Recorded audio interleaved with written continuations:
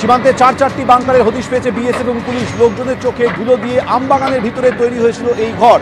মাটির উপরে ঘর আর মাটির নিচে চুপিসারে তৈরি করা হয়েছিল বাংকার। আমাদের সঙ্গে এই মুহূর্তে সরাসরি নিউজ রুম থেকে রয়েছে আমাদের প্রতিনিধি রাজশ্রী দত্তগুপ্ত। রাজশ্রী, প্রথমত প্রশ্ন হচ্ছে যে এই বাংকারগুলি কেন তৈরি করা হয়েছিল? শুধুমাত্র কাপ সিরাপ রাখার জন্য নাকি উদ্দেশ্য প্রণোদিতভাবে? আর দ্বিতীয়ত, সীমান্তের এত কাছে চারটি বাংকার।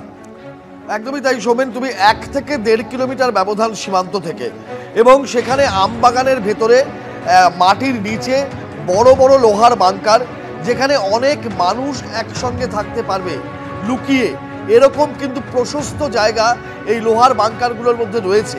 তার মধ্যে একটি বাংকার আমবাগানের ভেতরে ঘর, তার ভেতরে মাটির তলায় বাংকার। অর্থাৎ আমবাগানের ভেতরে এই ঘরগুলো তৈরি হয় সাধারণভাবে আমবাগান পাহারা দেওয়ার জন্য। যারা চৌকিদার বা নিরাপত্তারক্ষী থাকেন তারা এই সমস্ত বাড়িতে থাকেন, এবং অনেক সময় পরিবার নিয়ে থাকেন, অনেক সময় একলা থাকেন, এবং তারা পাহারা দেন। এই পাহারাদারদের মতন তৈরি ঘর, যার নিচে বাংকার, অর্থাৎ স্বাভাবিকভাবে দেখলে কিন্তু বোঝাই যাবে না যে এখানে এরকম ধরনের বাংকারের অস্তিত্ব আছে। যদি সেখানে কয়েকজন থাকেন এবং তারা যদি এটা গোপন করে যান, তাহলে কোনোভাবেই বোঝার উপায় নেই। এই বাংকারগুলোকে, যেখানে ফেনসিডিল নিষিদ্ধ কাপ সিরাপ পাওয়া গিয়েছে, এগুলো পাচারের উদ্দেশ্য এটা দেখানো হচ্ছে, বা গোয়েন্দাদের একাংশ বলছেন যে শুধুমাত্র পাচার নয়, এর মধ্যে দিয়ে কিন্তু অন্য রকমের ইঙ্গিত পাওয়া যাচ্ছে। এবং বিএসএফ গোপন সূত্রে খবর পেয়ে যেভাবে মাটি খুঁড়ে এই বড় বড় বাংকারগুলোর হদিশ পাচ্ছে, সেটা রীতিমতন খুবই চাঞ্চল্যকর, তাৎপর্যপূর্ণ এবং গুরুত্বপূর্ণ। কারণ এইভাবে যদি ওপার থেকে জঙ্গিরা কিংবা মানুষজন ওপার থেকে চলে আসে এবং এসে বিএসএফের চোখে ধুলো দিতে এই মাটির তলার বাংকারে লুকিয়ে থাকে, তাহলে কোনোভাবে তাদের অস্তিত্ব প্রমাণ পাওয়ার জায়গা নেই। কোনো নজরদারিতে, পাহারাদারিতে বোঝা যাবে না। তারপর সময় সুযোগ মতন তারা এখান থেকে চোরা পথে ভারতবর্ষের ভেতরে, পশ্চিমবঙ্গের ভেতরে অন্যদিকে চলে যাবে, গ্রামের ভেতরে চলে যাবে, লোকালয়ে চলে যাবে। এই পদ্ধতিতেও কিন্তু মানব পাচার বা অনুপ্রবেশ এটা হয়েছে, এমনটাই সন্দেহ করা হচ্ছে। এবং এই ধরনের বাংকার আমরা কিন্তু খাগড়াগড়ের সময়, তার পরবর্তী সময় মুর্শিদাবাদের বিভিন্ন জায়গায় যখন জঙ্গি সন্দেহে ধরা পড়েছে বিভিন্ন সন্দেহভাজন, তাদের বাড়িতেও আমরা এরকম বাংকারের অস্তিত্ব দেখতে পেয়েছি। গোয়েন্দারা সেই সমস্ত বাংকারের হদিশ পেয়েছেন, এবং দেখা গিয়েছে যে তারা যখন এই মডিউলের কোনো জঙ্গি যখন আসতো এবং তাদের কোনো রকম তাদের গতিবিধি ঘিরে সন্দেহ তৈরি হলে তারা এই সমস্ত বাংকারের মধ্যে আত্মগোপন করে থাকতো।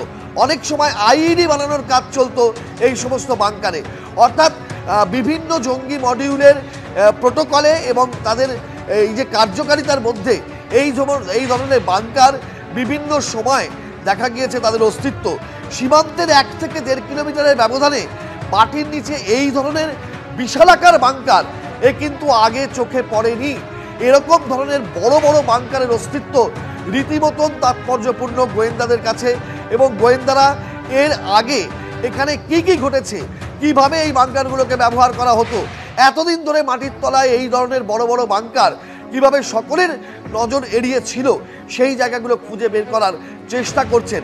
এবং এই অনুপ্রবেশের সঙ্গে জঙ্গিদের যাতায়াতের সঙ্গে এই বাংকারগুলোর যোগাযোগ রয়েছে বলেই গোয়েন্দাদের একাংশের সন্দেহ। এখন পশ্চিমবঙ্গ পুলিশ, বিএসএফ, তারা উভয় পক্ষ এই অনুসন্ধান এবং তদন্তে লেগে রয়েছে। এগুলোর সঙ্গে কারা জড়িত, এই জায়গা দিয়ে কোন দালালরা মানুষ পাচার করে থাকে, অর্থাৎ যাতায়াত করে থাকে, বেআইনি অনুপ্রবেশের সঙ্গে জড়িত যারা, তাদেরকে জিজ্ঞাসাবাদ করে জানার চেষ্টা চলছে। রাজশ্রী, তুমি আমাদের সঙ্গে থাকো। একেবারেই এই বাংকার তৈরির উদ্দেশ্য কি, সেই বিষয়টি এই মুহূর্তে বিএসএফ এবং পুলিশ তদন্ত করে খতিয়ে দেখছে। স্থানীয় বাসিন্দারা এই বাংকারের হদিশ পাওয়ার পর তারা কি বলছেন শুনুন।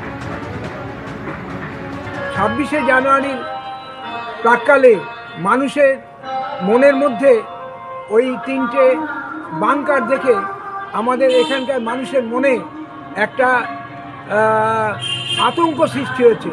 ফেন্সিডিলের এই কারবার দীর্ঘদিন ধরেই চলছে, এটা পুলিশ প্রশাসন বা এরা জানে না, সেটাই আমরা ভাবতে আমাদের অবাক হচ্ছি।